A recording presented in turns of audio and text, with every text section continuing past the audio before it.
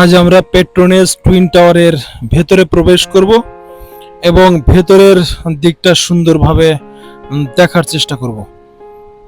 এটি হচ্ছে পেট্রোনেস টুইন টাওয়ারের একেবারে ভেতরের অংশ। আশা করব যে পুরো ভিডিও আপনারা দেখবেন এবং অনেক অজানা তথ্য আজকে এই পেট্রোনেস টুইন টাওয়ার সম্পর্কে জানতে পারবেন। তাহলে আর দেরি নয়, চলুন আমরা ঘুরে আসি পৃথিবীর এক সময়ের সবচেয়ে উঁচু ভবন পেট্রোনেস টুইন টাওয়ার।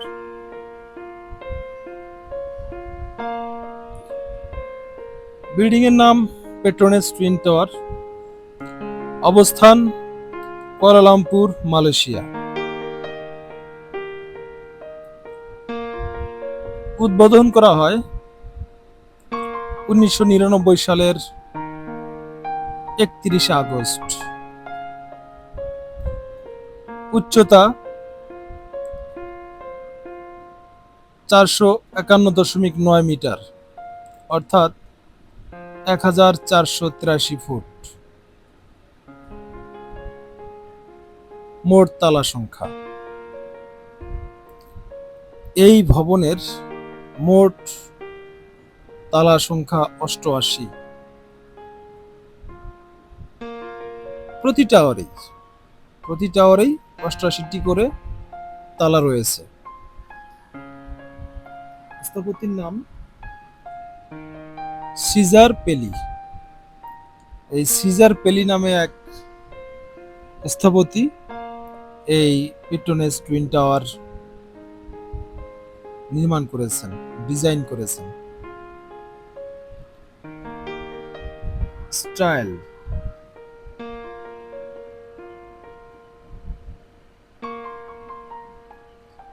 এটি স্টাইল হিসেবে ধরা হয় পোস্ট মডার্ন আর্কিটেকচার।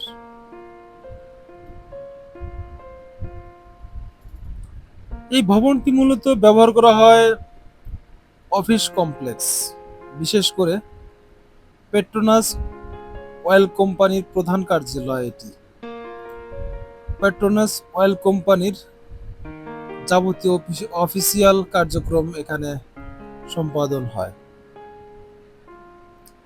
চলুন জেনে নেই এই পেট্রোনেস টুইন টাওয়ারের আরো বিশেষ কিছু বৈশিষ্ট্য। বিশ্বের সবচেয়ে উঁচু টাওয়ার ছিল এটি 1998 সাল থেকে 2004 সাল পর্যন্ত। এই দীর্ঘ 6 বছর সমস্ত পৃথিবীর সবচেয়ে উঁচু ভবন হিসেবে এটি তকমা লাগানো ছিল। এটি সত্যি একটি গর্বের বিষয় যে আমেরিকা, রাশিয়া, চীন, জাপান, কোরিয়া, পৃথিবীতে অনেক উন্নত দেশ আছে, সেসব দেশকে টপকিয়ে মালয়েশিয়ার মতো একটি দেশ পৃথিবীর সবচেয়ে উঁচু বিল্ডিং এর তকমাটি গায়ে লাগিয়েছিলেন প্রায় 6 বছর ধরে। বর্তমানেও পৃথিবীর সবচেয়ে উঁচু জোড়া বিল্ডিং হিসেবে এই পেট্রোনেস টুইন টাওয়ার এখনো সুখ্যাতি রয়েছে। একে আর কেউ ছাড়িয়ে যেতে পারেনি। হয়তো একক বিল্ডিং হিসেবে দুবাইয়ের বুর্জ খলিফা আছেন বা আরো বেশ কিছু বিল্ডিং রয়েছে, বাট পেট্রোনেস টুইন টাওয়ারকে জোড়া বিল্ডিং হিসেবে এখনো পৃথিবীর সবচেয়ে উঁচু বিল্ডিং হিসেবে পরিচিত। এখানে সবচেয়ে মজার একটি বিষয় হচ্ছে 41তম এবং 42তম তলায় দুটি টাওয়ারকে সংযুক্ত করা হয়েছে একটি বিশেষ স্কাই ব্রিজ দিয়ে। এটি ভিজিটরদের জন্য খোলা থাকে, তবে টিকিট সংগ্রহ করতে হয়।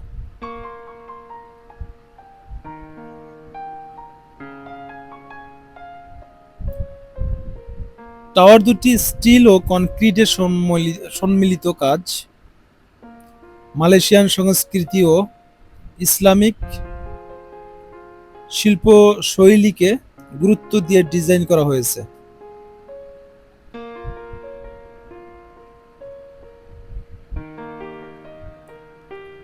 পেট্রোনেস কোম্পানি মালয়েশিয়ার সরকারি মালিকানাধীন তেল গ্যাস কোম্পানি। এই পেট্রোনেসের নাম অনুসারে এর নামকরণ করা হয়েছে। একজন আহ, তিনি মালয়েশিয়ান, ফটো উঠান। তো আমাকে ফটো উঠাতে চেয়েছেন এবং তার সাথে আমি কথা বলে নিয়েছি। সে আমার স্টাইলকে বেশ গুরুত্ব সাথে স্টাইলটি দিয়েছে এবং আমার সানগ্লাস নাকি তার বেশ পছন্দ হয়েছে। তো বাংলাদেশের মানুষকেও দেশের বাইরের মানুষ অনুসরণ করে, এটা কিন্তু বিশাল একটা ব্যাপার আমি মনে করি। তো যাই হোক, টাওয়ারের চারপাশে রয়েছে সুন্দর পার্ক, কেএলসিসি পার্ক, একটি বিলাসবহুল শপিং মল, কনভেনশন সেন্টার এবং অ্যাকোরিয়াম।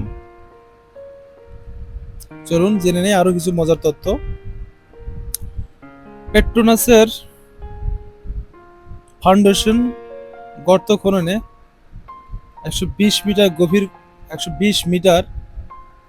গভীর খনন করা হয়েছিল। অর্থাৎ দেখেন, 120 মিটার গভীরে খনন করা মানে বিশাল একটি গর্ত করা হয়েছিল, যা এক সময়ের বিশ্বের সবচেয়ে গভীর ফাউন্ডেশন ছিল। অর্থাৎ পৃথিবীতে সবচেয়ে গভীর ফাউন্ডেশন ছিল এটি।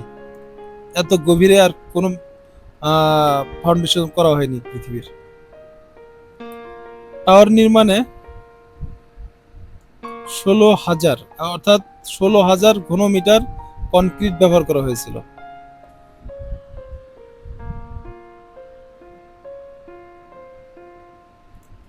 চাইলে আপনিও পৃথিবীর এই সুউচ্চ ভবনটি দেখে আসতে পারেন।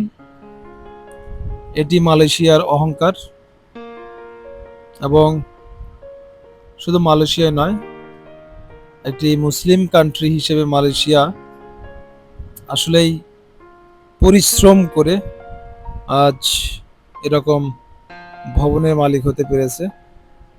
মালয়েশিয়ার অর্থনীতির চাকাকে ঘুরে দিয়েছে সততা, পরিশ্রম মালয়েশিয়াকে আজ এই পর্যন্ত নিয়ে এসেছে। এ জায়গার যারা এই ভবন নির্মাণের কাজে নিয়োজিত ছিল, তারা সত্যি দুর্নীতিতে 0% ছিল আর কি। তারা কোনো দুর্নীতি করেননি, এ কারণেই এত বড় ভবন একটি নির্মাণ করেছে সফলতার সাথে। তো আমরাও আশা করব যে বাংলাদেশেও এরকম একটি ভবন নির্মাণ হবে এবং বিশ্বকে তাক লাগাবে।